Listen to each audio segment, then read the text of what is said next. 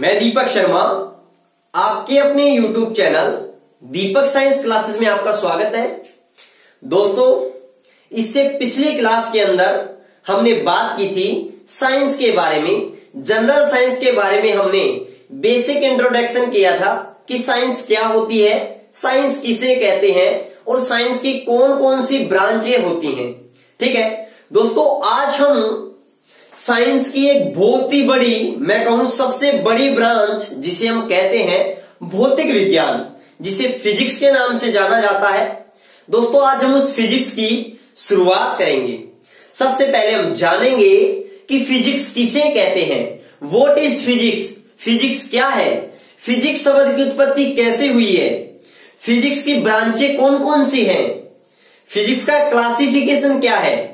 ठीक है, और फादर्स ऑफ फिजिक्स किसे कहा जाता है।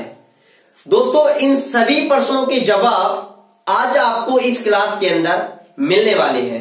तो दोस्तों, अगर क्लास पसंद आए तो ज्यादा से ज्यादा लाइक कीजिएगा, अपने मित्रों के पास में शेयर कीजिएगा, और हाँ, आज तक जो मैंने पढ़ा दिया है इस क्लास तक के आपको नोट्स नीचे डिस्क्रिप्शन के अंदर मिल जाएंगे। ठीक है ना, वहां से आप डाउनलोड कर सकते हो। टेलीग्राम चैनल का लिंक भी आपको मिल जाएगा, वहां पर भी जाकर आप ज्वाइन कीजिएगा और आप वहां पर भी नोट्स प्राप्त कर सकते हो। ठीक है, और दोस्तों, ज्यादा से ज्यादा वीडियो को क्या करें, शेयर कीजिए, लाइक कीजिए और चैनल को सब्सक्राइब करना और बेल आइकन दबाना बिल्कुल ना भूलें, ताकि जैसे ही क्लास आए आपको तुरंत नोटिफिकेशन मिल जाए। तो आज हम बात करते हैं कि फिजिक्स क्या है। फिजिक्स क्या है, व्हाट इज फिजिक्स, फिजिक्स क्या है। आज हम इस प्रश्न का जवाब जानेंगे कि फिजिक्स क्या है, भौतिक विज्ञान हम किसे कहते हैं। तो बच्चों, ध्यान से समझिएगा, भौतिक विज्ञान जो विज्ञान की सबसे बड़ी शाखा है जिसे हम फिजिक्स कहते हैं। और दोस्तों, जो फिजिक्स शब्द है, कौन सा शब्द, फिजिक्स शब्द, जो ये फिजिक्स शब्द है, इस फिजिक्स शब्द की जो उत्पत्ति हुई है, जो फिजिक्स शब्द है, इस फिजिक्स शब्द की जो उत्पत्ति हुई है वो ग्रीक शब्द से हुई है। कौन से शब्द से हुई है, ग्रीक भाषा के शब्द से हुई है। और वो ग्रीक भाषा का शब्द हमारे पास में कौन सा आता है बच्चों, याद रखिएगा, फुसिस। याद रखिएगा, जो फिजिक्स है, इस फिजिक्स की उत्पत्ति ग्रीक वर्ड या मैं कहूं ग्रीक भाषा का जो शब्द है वो फुसिस है। यह फुसिस है, फुसिस से हुई है, याद रखिएगा। तो पहला क्वेश्चन हमारे पास में आता है कि जो फिजिक्स है, इस फिजिक्स शब्द की उत्पत्ति कौन से भाषा से हुई है। तो याद रखना है, ग्रीक वर्ड या ग्रीक शब्द से हुई है। और वो ग्रीक वर्ड हमारे पास में कौन सा है दोस्तों, फुसिस है। याद रखना अच्छे से।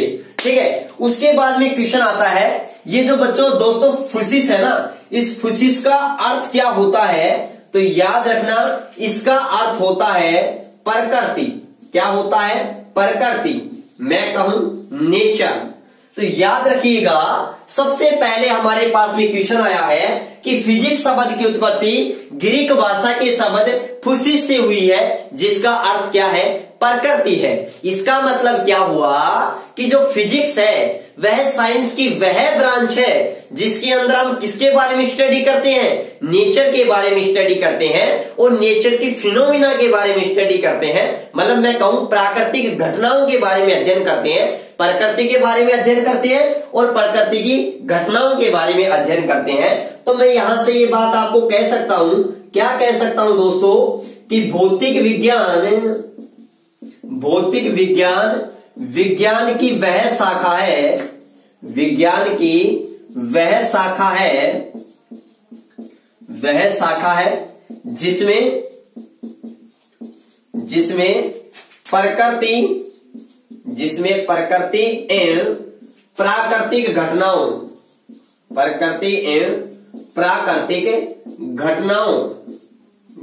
का क्या किया जाता है दोस्तों, अध्ययन किया जाता है। क्या किया जाता है, अध्ययन किया जाता है, अध्ययन किया जाता है। तो ध्यान से समझिएगा, हमारे पास में पहला क्वेश्चन आया है कि फिजिक्स शब्द की उत्पत्ति कौन से भाषा के शब्द से हुई है। तो क्वेश्चन क्लियर हो गया, ग्रीक शब्द से हुई है। ग्रीक भाषा के कौन से शब्द से हुई है, तो वो भी हम बता देंगे। फुसिस शब्द से हुई है। इस फुसिस का अर्थ क्या होता है? तो दोस्तों इस फुसिस का अर्थ होता है नेचर। तो मैं ये कह सकता हूं कि जो भौतिक विज्ञान है वह विज्ञान की वह ब्रांच है जिसमें हम प्रकृति और प्राकृतिक घटनाओं का क्या करते हैं? अध्ययन करते हैं। मैं कह सकता हूं the branch of science in which we study of nature and natural phenomena that is called physics. मतलब जिसके अंदर हम प्रकृति और प्राकृतिक घटनाओं का अध्ययन करते हैं उसे हम क्या कहते हैं दोस्तों? फिजिक्स कहते हैं। दोस्तों फिजिक्स को हम भौतिकी कहते हैं या मैं कहूं भौतिक। तो याद रखिएगा सबसे पहले ये जो भौतिक शब्द है ना, भौतिक शब्द जिसे हम भौतिक विज्ञान कहते हैं, हिंदी के अंदर भौतिक कहते हैं। तो दोस्तों आप ये भी याद रखिएगा ये जो भौतिक शब्द है ये भौतिक शब्द है, भौतिक शब्द। तो दोस्तों याद रखिएगा ये भौतिक शब्द सबसे पहले इसकी उत्पत्ति या मैं कहूं इसका प्रयोग सर्वप्रथम कहां हुआ था? तो याद रखिएगा इसका प्रयोग सर्वप्रथम संस्कृत के वेदों में हुआ था। और वो वेद कौन सा है जिसके अंदर सबसे पहले भौतिक शब्द का प्रयोग किया गया था? तो दोस्तों याद रखिएगा वो वेद कौन सा है? ऋग्वेद। तो आप ये भी याद रखिएगा कि भौतिक शब्द का सर्वप्रथम प्रयोग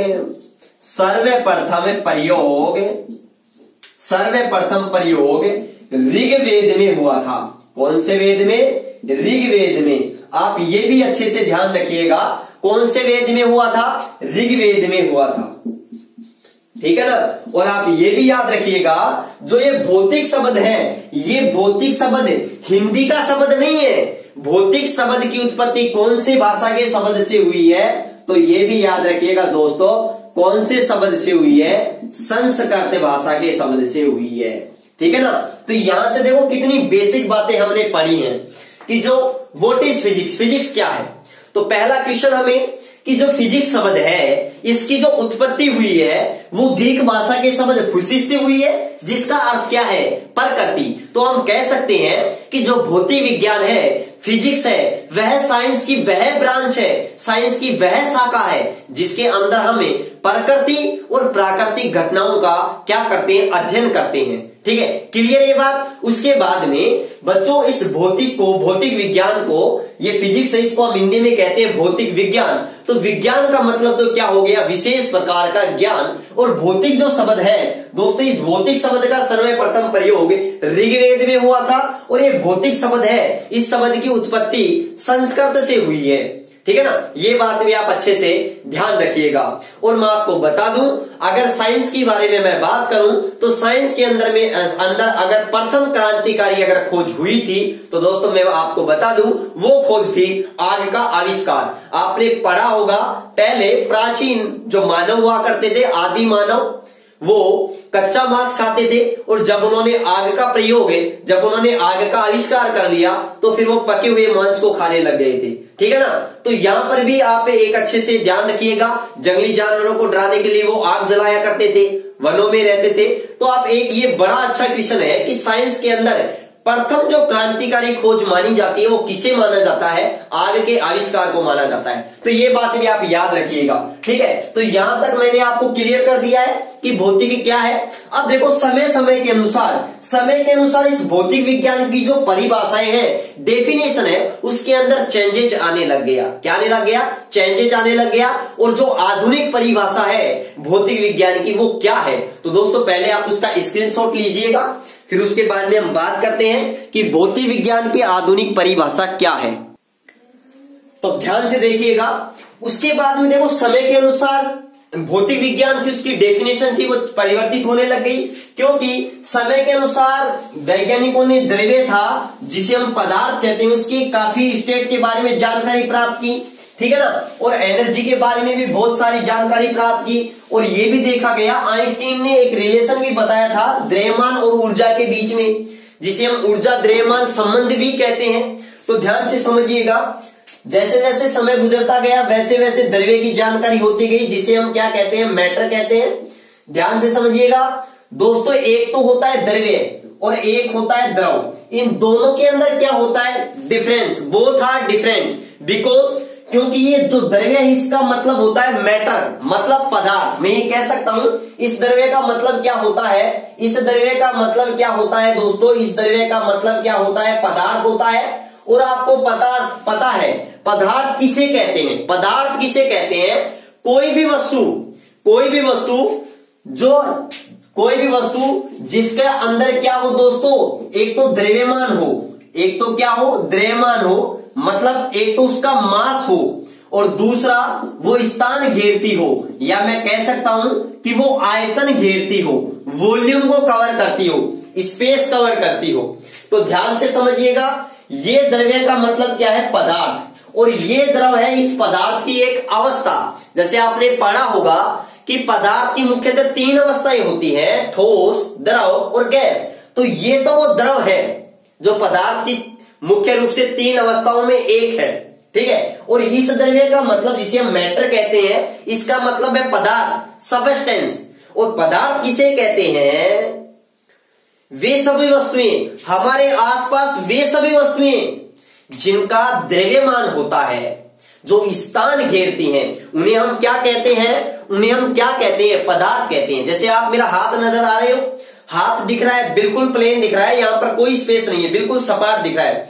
जैसे ही मैं ये डस्टर को यहां मेरे हाथ पे रखता हूं, तो ये डस्टर है वो मेरे इस हाथ का कुछ भाग को घेर लेता है, कवर कर लेता है। देखो कवर कर लिया बीच का। दूसरी बात, इस जो डस्टर है इसका कुछ मास भी है, ऐसा नहीं है कि इसका मास नहीं है, कुछ तो वजन है, समझ रहे हो ना।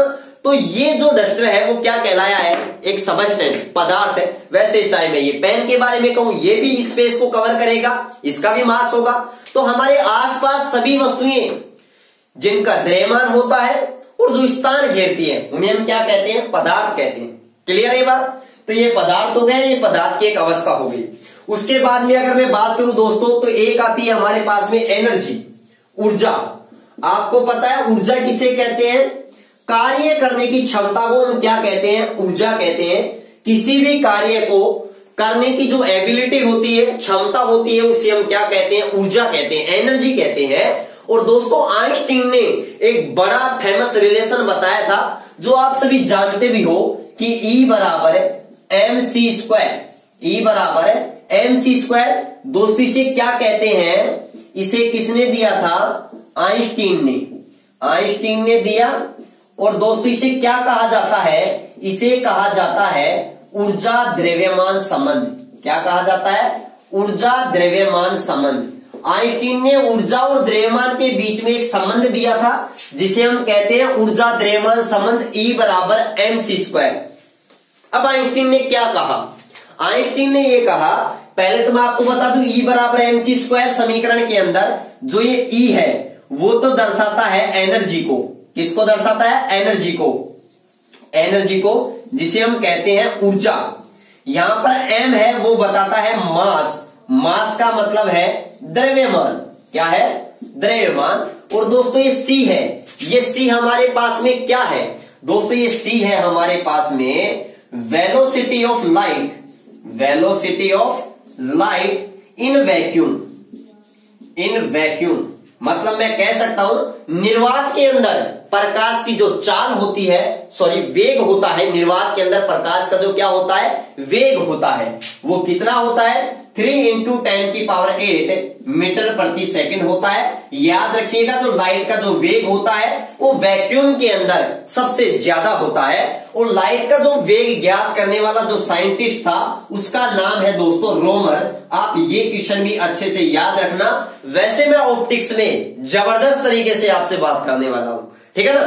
तो ध्यान से समझिएगा। तो पहला क्वेश्चन ये भी आता है, ऊर्जा द्रव्यमान संबंध किसने दिया, आइंस्टीन ने दिया। ऊर्जा द्रव्यमान संबंध क्या बताता है, E बराबर mc² समीकरण। ये क्या बताता है दोस्तों, आइंस्टीन ये कहते हैं कि ऊर्जा और द्रव्यमान दोनों अलग अलग राशि नहीं है, दोनों एक ही राशियां हैं, दोनों समरूप राशियां हैं। ऊर्जा को हम द्रव्यमान में कन्वर्ट कर सकते हैं और द्रव्यमान को हम ऊर्जा में बदल सकते हैं।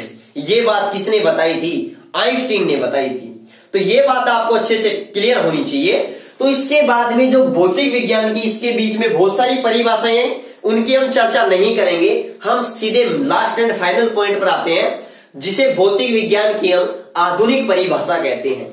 तो ध्यान से समझिएगा कि जो भौतिक विज्ञान की आधुनिक परिभाषा थी वो क्या थी। भौतिक विज्ञान की आधुनिक परिभाषा, आधुनिक परिभाषा ये क्या थी, ध्यान से समझिएगा।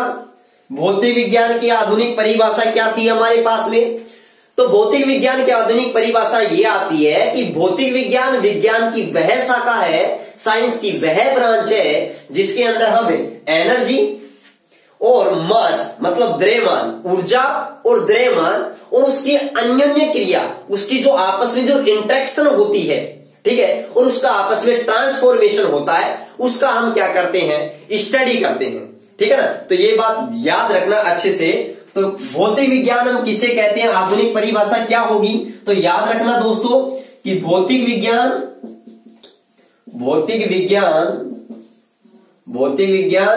विज्ञान की वह शाखा है, विज्ञान की वह शाखा है जिसमें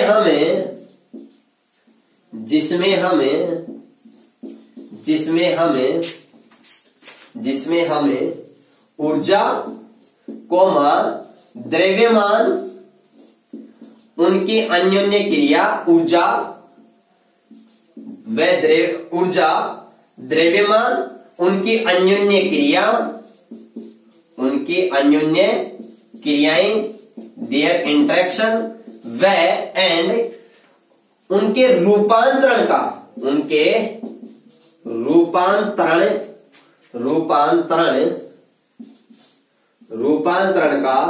अध्ययन किया जाता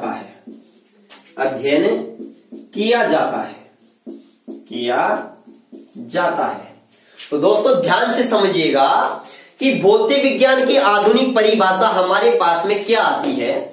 तो भौतिक विज्ञान की आधुनिक परिभाषा यह आती है कि भौतिक विज्ञान है वह विज्ञान की वह शाखा है जिसके अंदर हमें एनर्जी, ऊर्जा के बारे में, मास, द्रव्यमान के बारे में और उसकी अन्योन्य क्रिया, आपस में जो इंटरेक्शन होती है, अन्योन्य क्रियाएं उनका तथा उनके रूपांतरण का, देयर ट्रांसफॉर्मेशन का हम क्या करते हैं, स्टडी करते हैं। तो उसे हम क्या कहते हैं, फिजिक्स कहते हैं। तो दोस्तों याद रखिएगा, physics is that branch of science in which we study of matter, energy, their interaction and their transformation. ठीक है, इनका हम क्या करते हैं, स्टडी करते हैं। उस ब्रांच को हम क्या कहते हैं, फिजिक्स कहते हैं। अब दोस्तों हम फिजिक्स का क्लासिफिकेशन के बारे में बात करें तो फिजिक्स की मुख्यतः कितनी ब्रांचें होती हैं, 2 ब्रांच होती हैं। एक होती है क्लासिकल फिजिक्स जिसे हम चिरसम्मत भौतिकी कहते हैं। दूसरी होती है आधुनिक भौतिकी जिसे हम क्वांटम भौतिकी भी कहते हैं, जिसे हम मॉडर्न फिजिक्स कहते हैं।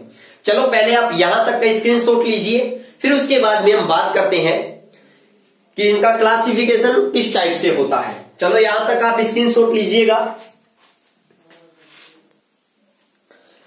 अब देखिएगा, हम बात करते हैं कि जो भौतिक विज्ञान है उसको कितने भागों में बांटा गया है मुख्य रूप से। तो ध्यान से समझिएगा, बड़ा ही काम का और बड़ा ही महत्वपूर्ण बातें हैं।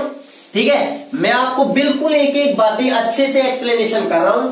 आपको एनसीईआरटी भी उठाकर देखने की जरूरत नहीं पड़ेगी, बिल्कुल उनको बिल्कुल सम्मिलित करते हुए मैं बिल्कुल एक एक चीज को अच्छे से कवर करा रहा हूं। ठीक है, चाहे आप किसी भी कॉम्पिटिटिव एग्जाम की तैयारी क्यों ना करें, आपको कहीं कोई प्रॉब्लम आने वाली बात नहीं होगी। ठीक है ना। अब ध्यान से समझिएगा, सबसे पहली बात अगर मैं आपको बताऊं कि जो भौतिक विज्ञान है वह विज्ञान की क्या है, सबसे बड़ी ब्रांच है। तो आप ये बात याद रखिएगा कि भौतिक विज्ञान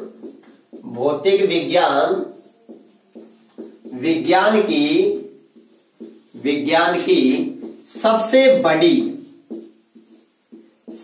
बड़ी शाखा है, या मैं कहूं ब्रांच है, शाखा है। ये बात अच्छे से ध्यान रखिएगा। उसके बाद में हम बात करते हैं भौतिक विज्ञान के डिवाइडेशन के बारे में। तो ध्यान से समझिएगा दोस्तों कि जो भौतिक विज्ञान है उस भौतिक विज्ञान को मुख्य रूप से कितनी शाखाओं के अंदर बांटा गया है। तो याद रखिएगा, फिजिक्स को मुख्य रूप से 2 भागों में बांटा गया है। कितने भागों में बांटा गया है, दो भागों में बांटा गया है। ध्यान से समझिएगा एक एक बात को अच्छे से, ठीक है। वो बातें कौन कौन सी है, कौन कौन से भागों में बांटा गया है, ये भी आप अच्छे से समझिएगा। देखो, एक भाग में बांटा गया है जिसका नाम है चिरसम्मत भौतिकी।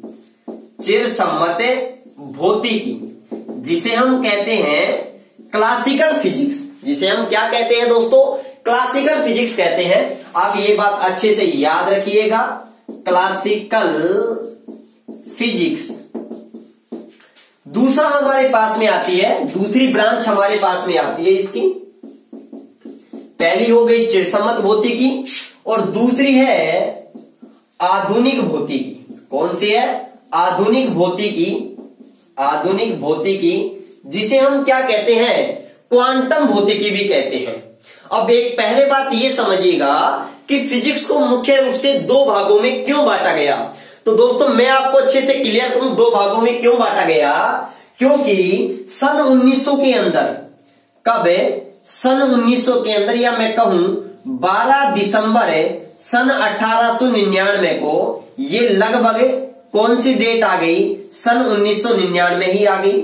या मैं कहूं 1899 का मतलब क्या हो गया, सन 1900, सॉरी सन 1900। दोस्तों इस टाइम में एक सिद्धांत दिया गया था और वो सिद्धांत कौन सा था, मैक्स प्लांक का क्वांटम सिद्धांत। कौन सा सिद्धांत था, मैक्स प्लांक का क्वांटम सिद्धांत था, जो पूरी भौतिकी को परिवर्तित कर दिया, पूरी फिजिक्स को बदल के रख दिया। याद रखिएगा, इसी सिद्धांत के कारण जो फिजिक्स था वो दो भागों में बट गई, एक क्लासिकल फिजिक्स और एक आधुनिक फिजिक्स, ठीक है। मैक्स प्लांक का क्वांटम सिद्धांत क्या है, ये हम बात करेंगे, ऑप्टिक्स के अंदर भी बात करेंगे, एटॉमिक के अंदर भी बात करेंगे। लेकिन ध्यान से समझिएगा, इस सिद्धांत के बाद में फिजिक्स को दो भागों में बांट दिया गया। ये सिद्धांत 12 दिसंबर 1899 को दिया गया था, लगभग सन 1900 ही आ गई, क्योंकि दिसंबर का महीना चल रहा है, 1899 है, ठीक है ना, तो सन 1900 हो गई। मैक्स प्लांक ने सिद्धांत दिया था जिसका नाम है क्वांटम सिद्धांत। दोस्तों मैक्स प्लांक ने क्वांटम सिद्धांत दिया, लेकिन इस सिद्धांत के मजे पूरे आइंस्टीन ने लिए थे, ठीक है ना, वो भी मैं बताऊंगा कैसे लिए थे। इसके बाद में जो सन 1900 के बाद में, तो याद रखना, जो चिरसम्मत भौतिकी है, इसे क्या कब कहते हैं, चिरसम्मत भौतिकी किसे कहते हैं, तो मैं ये बात बता सकता हूं कि सन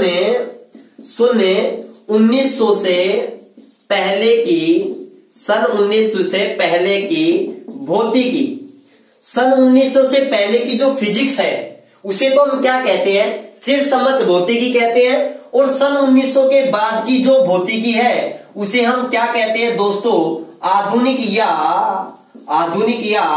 क्वांटम भौतिकी कहते हैं। क्या कहते हैं, आधुनिक या क्वांटम भौतिकी भी कहते हैं। हालांकि ये क्वांटम भौतिकी आधुनिक भौतिकी की एक क्या है, ब्रांच है, लेकिन काफी बार आधुनिक को ही क्या बोल दिया जाता है, क्वांटम फिजिक्स भी बोल दिया जाता है, तो यहां कोई डाउट नहीं है। आधुनिक या मैं बात करूं क्वांटम भौतिकी, मॉडर्न फिजिक्स। मॉडर्न फिजिक्स किसे कहते हैं, सन 1900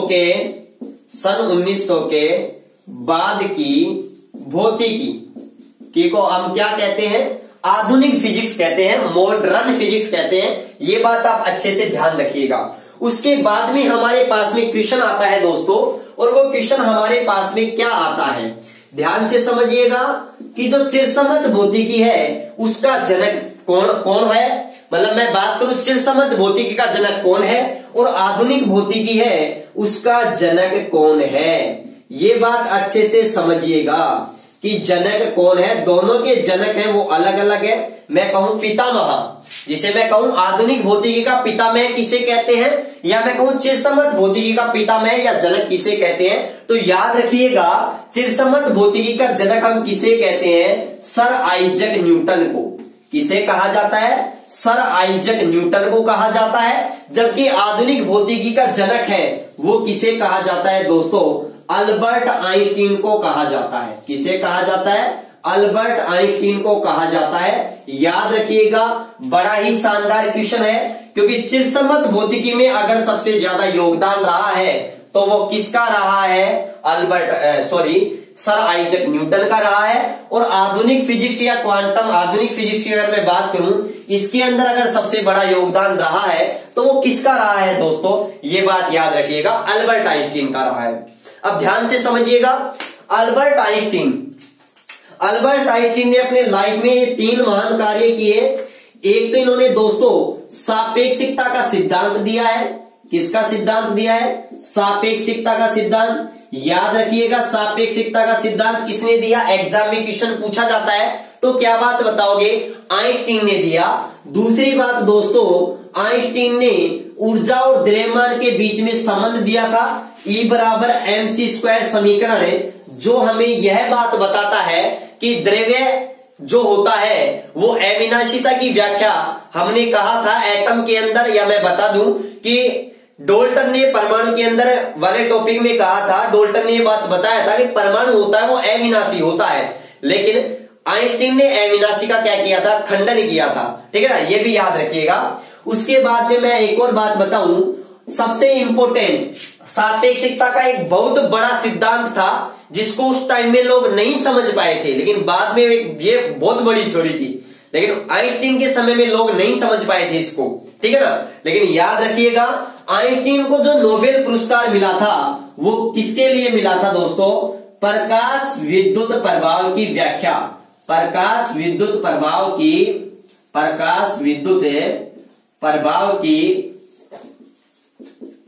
की व्याख्या भी की थी इन्होंने। और दोस्तों इस प्रकाश विद्युत प्रभाव की जो व्याख्या की थी, इस व्याख्या के लिए आइंस्टीन को क्या मिला था दोस्तों?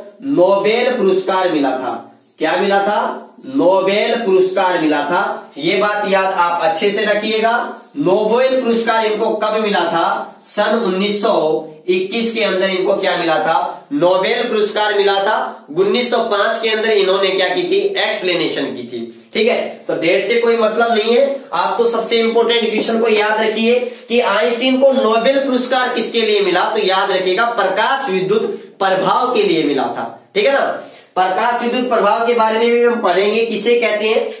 अब ध्यान से देखिएगा, जो हमारे पास में आधुनिक है, मैं यहां नीचे जग नहीं है तो यहां इधर लिख रहा हूं कि आधुनिक फिजिक्स के अंदर जो कौन कौन सी ब्रांचें आती हैं, तो एक हमारे पास में आती है परमाणविक फिजिक्स, या मैं कहूं परमाणु भौतिकी, इसकी ब्रांच है।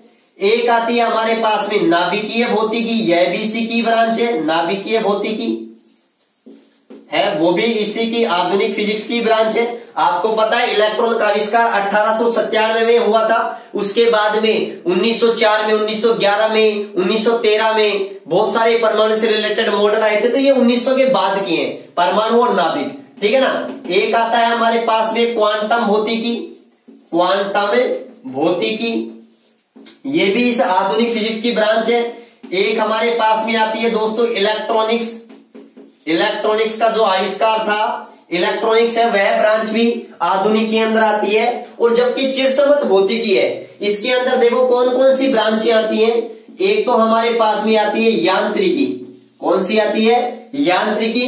दोस्तों इसमें याद रखिएगा, यांत्रिकी के अंदर भी 3 ब्रांचें होती हैं। यदि हम स्थिर वस्तुओं का अध्ययन कर रहे हैं तो उसे हम कहते हैं स्थैतिक यांत्रिकी। ठीक है, और यदि हमें गतिशील वस्तुओं का अध्ययन करते हैं तो उसे हम कहते हैं गतिकी यांत्रिकी। और यदि हम तरलों का अध्ययन करते हैं, तरल, याद रखिएगा, तो उसे हम क्या कहते हैं? तरल यांत्रिकी कहते हैं। बहुत अच्छा क्वेश्चन है कि तरल क्या है। तो दोस्तों याद रखिएगा, जब आपसे पूछा जाता है तरल क्या है, तब आपके दिमाग में आता है कि पानी साफ तरल है। दोस्तों याद रखिएगा, तरल किसे कहते हैं? जिसमें बहने का गुण पाया जाता है, उसे क्या कहते हैं? हम तरल कहते हैं। और दोस्तों याद रखिएगा, तरल द्रव भी है और साथ में गैस भी है। याद रखिएगा, तरल द्रव भी है और क्या है? गैस भी है। मतलब तरल की बात करूं तो तरल द्रव भी होता है और गैस भी क्या होती है? तरल होती है, क्योंकि गैस के अंदर भी बहने का गुण पाया जाता है, एक स्थान से दूसरे स्थान पर, और द्रव के अंदर भी। क्लियर? दूसरी जो ब्रांच आती है वो कौन सी आती है? दूसरी ब्रांच के बारे में बात करूं तो एक आती है उष्मागतिकी, जिसके अंदर हम उष्मा और ताप के बारे में अध्ययन करते हैं। एक हमारे पास में आती है प्रकाशिकी, जिसके अंदर हम प्रकाश के बारे में अध्ययन करते हैं। एक ब्रांच आती है हमारे पास में ध्वनि व तरंग यांत्रिकी, ध्वनि व तरंग यांत्रिकी, जिसके अंदर हम ध्वनि और तरंगों के बारे में अध्ययन करते हैं। और दोस्तों एक ब्रांच और आती है विद्युत चुंबकत्व, जिसके अंदर हम विद्युत चुंबकत्व के बारे में क्या करते हैं, स्टडी करते हैं। विद्युत चुंबकत्व इनके बारे में क्या करते हैं, हम स्टडी करते हैं। तो ये हमारे पास में आज क्या हो गई, भौतिक विज्ञान, उसका क्लासिफिकेशन हो गया, दो भागों में बांटा गया है, चिरसम्मत भौतिकी और आधुनिक भौतिकी। चिरसम्मत भौतिकी सन 1900 से पहले की भौतिकी को कहते हैं, सन 1900 के बाद की भौतिकी को क्या कहते हैं, आधुनिक भौतिकी कहते हैं।